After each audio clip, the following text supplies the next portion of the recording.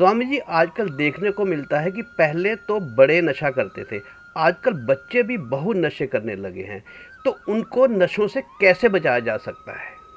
नशा जो लिखते हैं, ना, शा और आ की मात्रा, नशा।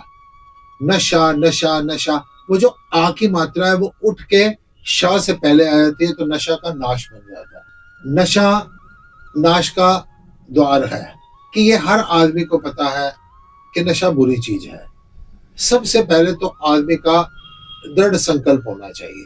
जब हर आदमी को पता है, जो आदमी कहता है कि मैं मंगलवीर शनि नहीं शराब पीता, मैं नवरात्रों में नहीं पीता, मैं पूर्णमासी पर नहीं पीता, मैं एकादशी पर नहीं पीता, इसका मतलब आपको पता है कि ये कोई बुरी चीज है।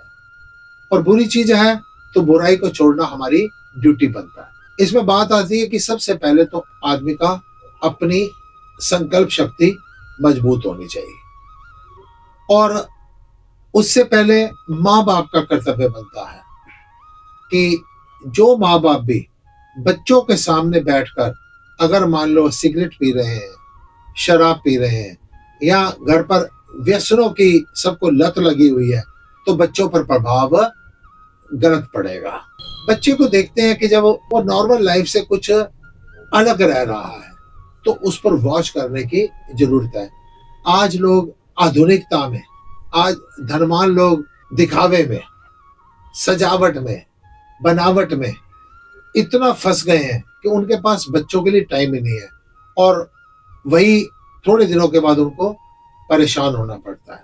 पहले संयुक्त परिवार होते थे, चाचे ताऊ, एक घर में 4 भाई अगर रहते हैं, एक बच्चे को चाचे का ताऊ का डर होता था। आज संयुक्त परिवार खत्म हो गए हैं और कुल मिलाकर 1-2 बच्चे और माँ बाप होते हैं।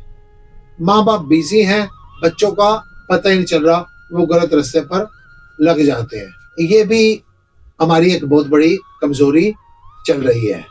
और इससे बड़ी प्रॉब्लम क्या चल रही है, पहले बात होती थी कोई लड़का लड़की देखने जाते थे ना, कहा जाता था इनका खानदान देखो।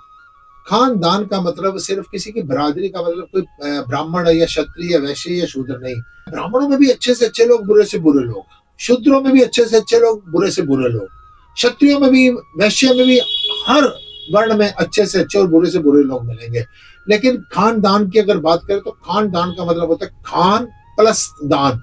इनकी ईटिंग स्टाइल क्या है, इनका आचार व्यवहार क्या है। जिस समय राजा निषाद राज राजा गो भरत जी की परीक्षा लेने के लिए गया था तो 3 चीजें लेके गया था, कंदमूल, फल, और तीसरी चीज मछली। यानी जैसी मेंटेलिटी होगी ना, ये वैसी चीज खाएगा। खान पान पर बहुत ध्यान देना चाहिए। दूसरी, दान। अब बात जो मैं कर रहा था नशे से मिलाकर मैंने इसको क्यों मिलाया दान को, पहले हर घर में संतों का आना जाना रहता था। कोई वेद पढ़ो, शास्त्र पढ़ो, रामचरितमानस पढ़िए, श्रीमद् भागवत पढ़िए, कि गुरु का बड़ा महत्व होता था। आज क्या है, संतों से दूरी बनती जा रही है, क्योंकि भक्ति भी एक नशा है। जिसको एक बार भक्ति का, परमात्मा का, ईश्वर का नशा लगा होगा ना, वो सांसारिक नशों से छूट जाएगा। और फिर अगर किसी को नशा लगा ही हुआ है, अभी शुरुआत भी है ना, उसको किसी सत्संग में भेजिए, पॉजिटिव जगह पर भेजिए, घर का एटमॉस्फेयर हल्का फुल्का रखिए।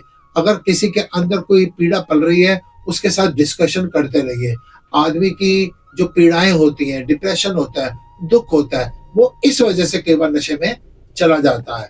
माँ बाप का बच्चों की तरफ ना ध्यान देना, इस वजह से आदमी नशे में चला जाता है। हम हर आदमी अगर अपनी अपनी जिम्मेदारी को ठीक ढंग से समझेंगे तो नशे से इस युवा समाज को जल्दी से जल्दी बचाया जा सकता है। हमारी जो युवा समाज के साथ दूरियां हैं और जो भौतिकवाद है, हम परिवार में दिखावट, बनावट, सजावट के जो माहौल है, ये आज युवा पीढ़ी को नशे में धकेल रही है। जहां पर दिखावट, बनावट, सजावट होगी, वहां पर जीवन में हमेशा थकावट होगी।